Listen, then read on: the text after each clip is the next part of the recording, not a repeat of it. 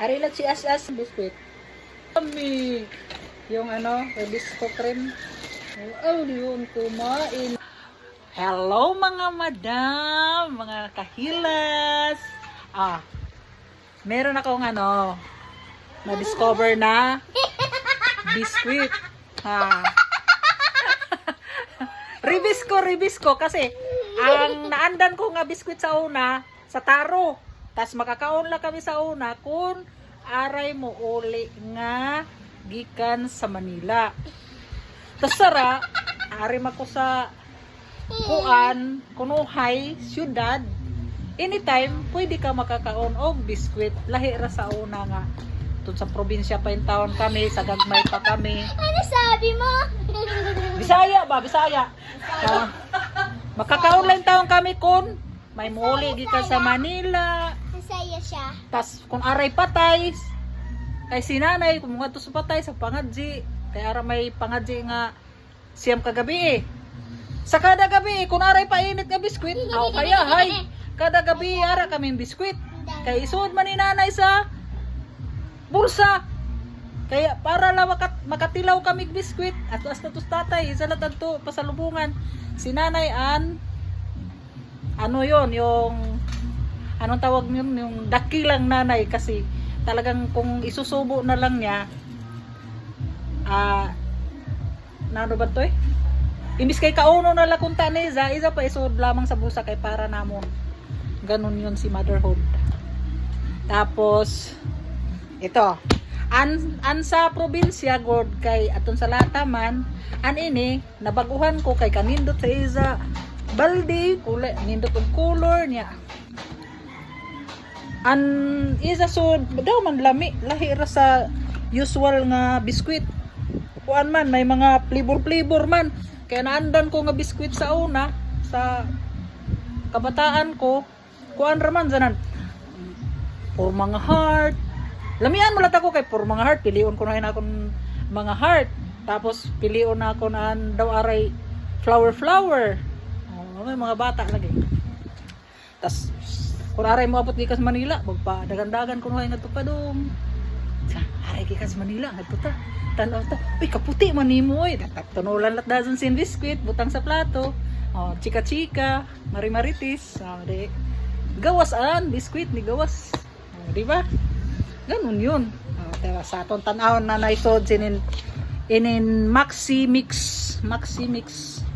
Rebisco. Ikaw kay kids kantil man daw kung nano'y lami. Si Kay na akong patilawon. Kung nano'y isa may kasulti kay ang mga kung sabi nga nila hindi daw nagsisinungaling ang bata kung nano'y lasa. Ita Kay, try mo Kay kung nano lami ba Kay? Masarap ba Kay? Tagalog man ini. Sarap? Kaya Way klaro Kay. masarap. Masarap? Ha? Atas ito. Ito Kay. Ito. Hawakan mo lang. Tapos Kay. Try. Sarap din. Yung totoo ha. Masarap Kay? So sarap daw. Ito. Pero parang same lang naman. Pero ibang flavor niyan. Masarap din. Tapos ito fruities Kay. Ito pambata talaga. May siya sa ilalim. Hoy! Pagani mo abot sa imo dila. Sarap agad. Hindi la. Hoy klaro. Ara akon kuha. Hindi lang dai. May pa naman nung kay nasabi. Parang yung sa vlog nila ni sino ba yun yung mga lalaki magkakapatid na lalaki na pinaano din honest review tapos pinatikman ganun din na di pa nga na sa dila di pa nga sumagot sa lalamunan may comment na masarap parang si Kay pala yun Kay ulit masarap lahat di nga yung totoo masarap lahat okay masarap daw lahat di bata na nagsabi kasi ako para sa akin ang masarap dito yung plain lang yung walang flavor Kasi nakasanayan ko no, nung sa probinsya nga, yun yung may star, may heart. Parang mas masarap pa rin siya. Yung mga dating yung mga original flavor niya kaysa yung ngayon.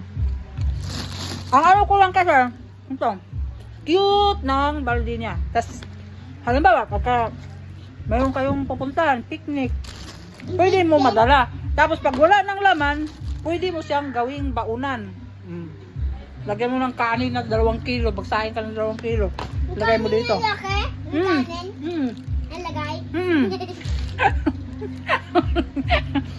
Kay na kay. Ito, gusto ko, masarap yung ulang-ulang. Yan, ganyan. May palaman. Sarap. Masarap naman. Kaso pagka medyo thunders na tayo mga kahilas, mas gusto natin yung matabang. Siguro nung ako'y bata-bata pa. Tas ngayon panahon na to na medyo nakakabili-bili na ng mga hilas na kaayo. Kakabili-bili na ng gustong kainin. Siguro gusto ko to sa kung bata pa ako. Pero ngayon na thunders na, mas gusto ko yung dati pa rin. Yung sa taro ba? Ito sa lata ba? Lata. Ikaw, Kay, mas gusto mo to, Kay. Pero hindi ka naman makarelate, Kay. Di mo naabutan yung sa lata. Pero mayroon tayo. Para lang yung pagka may ganong biskwit yung sa lata pag may lamay. Pero hindi. Oh. Pero ngayon, di na rin mga social na rin yung may lamay ngayon. Hindi na biskwit ang ginagamit eh.